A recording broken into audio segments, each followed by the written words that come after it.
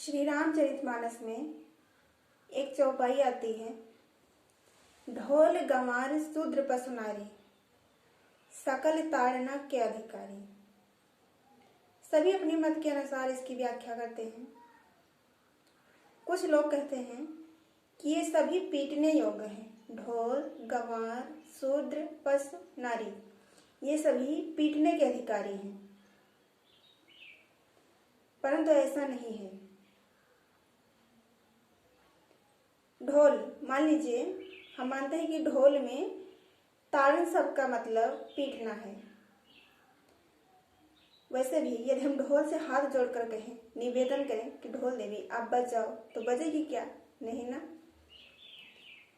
तो ढोल को हमें पीटना है, लेकिन शास्त्रीय ताल के अनुसार। ऐसे नहीं पीटते जाओ,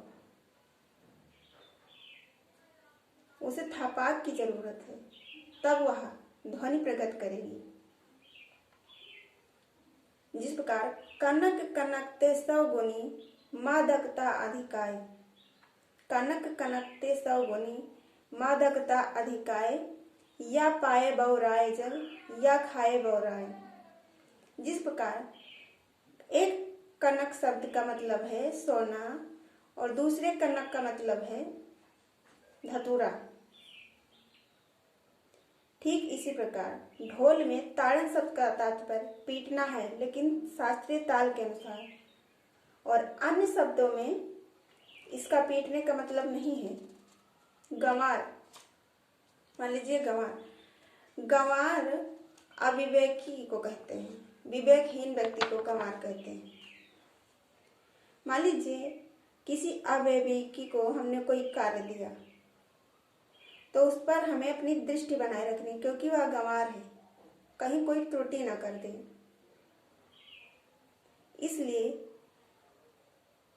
ताड़न शब्द का तात्पर्य यहाँ डंडे से पीटना नहीं है, गंवार पर दृष्टि बनाए रखना है। और शूद्र का तात्पर्य, वैसे तो वर्ण व्यवस्था में शूद्र का प्रादुर्भाव सबसे श्रेष्ठ स्थान से हुआ है। वर्णन आता है कि ब्राह्मणो मुखमासी बहुराजन्यः कृता, ब्राह्मणो मुखमासी बहुराजन्यः कृता, उरुदितश्च दस्यापदभ्याकेवं शूद्रो जायत।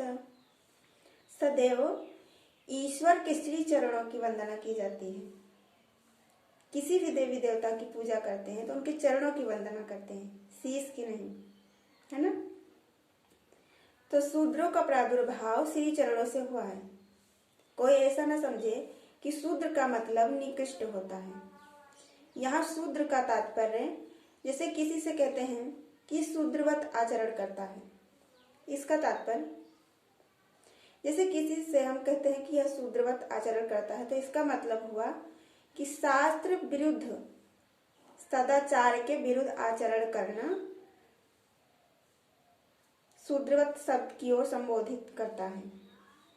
यहाँ शास्त्र सम्मत के अनुसार आचरण न करना, इस पर ताड़न की बात कही गई है, ना कि उसे डंडे से पीटना। और नारी, अगर हम कहें कि स्त्री पीटने पर ही काबू में रहती है, तो हमारे राष्ट्र में प्रसिद्ध लक्ष्मीबाई वीरांगना शेरनी हुई, जो अंग्रेजों के दांत खट्टे कर दिए। ऐसी महाबलशाली सिंघनी हुई है। अगर कोई समझे कि नारी केवल ताड़ने के लिए है, तो उसकी मूर्खता है, व्याख्या नहीं। पुरुष और नारी का समान प्रादुर्भाव हुआ है। भगवान ब्रह्मा के श्री अंग से दाईं ओर से महाराज मनु और बाईं ओर से उनकी पत्नी शतरूपा का जन्म हुआ है। अब आप बताओ, एक ही शक्ति के दो भाग हुए, तो स्त्री पर ताड़न शब्द का क्या प्रयोग है?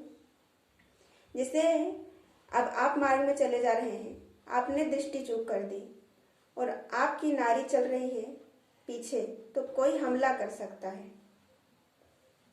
क्योंकि स्त्री एक रत्न है। समुद्र मंथन के समय 14 रत्न निकले, जिसमें से एक स्त्री भी थी। भगवान श्री राम जब वनवास जा रहे हैं, तो सबसे पहले सिया जी को नाव पर चढ़ाया। सिया चढ़ाई चढ़े रघुराई, दृष्टि रखो। यहाँ उसके ऊपर डंडे से पिटाई करने का तात्पर्य नहीं है। स्त्री के ऊपर दृष्टि रखो। किस भाव से दृष्टि रखें? क्योंकि वह हमारे यहाँ एक रत्न की तरह है। ऐसा न हो कोई कुदृष्टि वाला व्यक्ति उस पर हमला न कर दे। पाणी ग्रहण संस्कार में रक्षा का भी सूत्र बताया जाता है हिंदू धर्म में।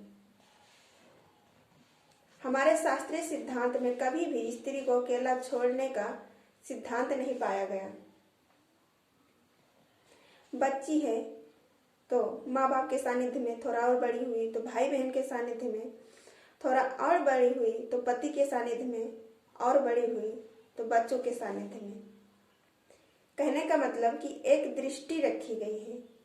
अपनी दृष्टि में रखोगे स्त्री को तो उसका अमंगल कभी नहीं होगा, उसका अहित नहीं होगा। कोई ऐसा ना समझे कि स्त्री तो ताड़ने योग्य है, उसे गाली देके ही बात किया जाता है। तो स्त्री साक्षात शक्ति स्वरूपा है। जहाँ कहीं स्त्री का अपमान होता है, देखो सर्वनाश हो जाता है।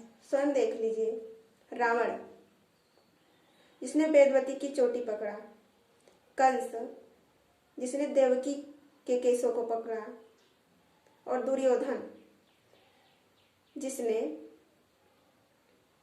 द्रौपदी के केसों को पकड़ा। और इन सब का क्या